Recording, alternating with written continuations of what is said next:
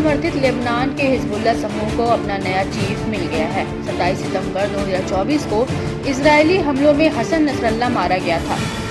इसके बाद से हिजबुल्लाह समूह के मुखिया का पद खाली पड़ा था। इसके बाद हाशिम सफीदीन को हिजबुल्लाह का चीफ बनाया गया था, जो अपने पद पर रहने के कुछ दिनों बाद ही एक और इजरायली एयर स्ट्राइक में मारा गया था। एक के बाद एक बड़े झटकों को झेलते हुए हिजबुल्लाह ने अपने नए चीफ का ऐलान कर दिया है। यानी एक बार फिर लेबनान के हिजबुल्लाह समूह को अपना नया सरगना मिल गया है। हसन नसरल्ला की मौत के करीब एक महीने बाद हिजबुल्लाह ने अपने नेता का चुनाव किया है। हिजबुल्लाह ने नई कासिम को संगठन का नया चीफ बनाया है। वह इससे पहले हिजबुल्लाह का डिप्टी सेक्रेटरी जनरल था। हिजबुल्लाह समूह ने बयान जारी कर बताया कि नईम कासिम हसन नसरल्ला की जगह लेंगे। हिजबुल्लाह जीत हासिल होने तक हसन नसरल्ला की नीतियों पर काम करते रहेंगे। अल अक्सा और फिलिस्तीनियों को अकेला नहीं छोड़ेंगे। हसन नसरल्ला की मौत के बाद से नईम कासिम हिजबुल्लाह के कार्यवाहक नेता के रूप में काम कर रहे थे। हिजबुल्लाह का फैसला लेने वाली शूरा काउंसिल ने लंबे विचार विमर्श के बाद नईम कासिम को नया नेता चुना है।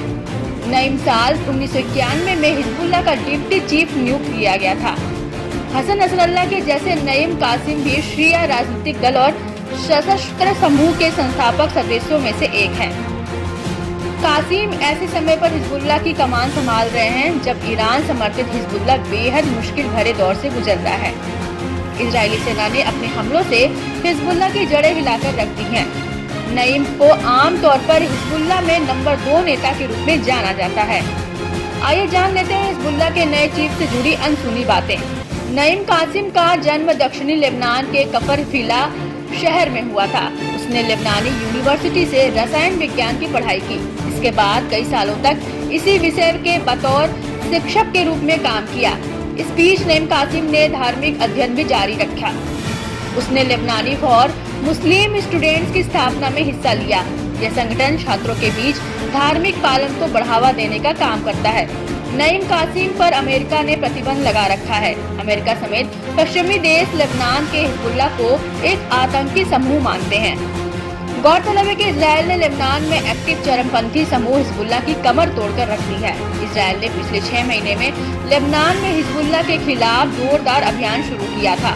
पहले हवाई हमले और फिर जमीनी अभियान शुरू करने के बाद से इजरायल ने हिजबुल्लाह के शीर्ष नेतृत्व का लगभग सफाया कर दिया है।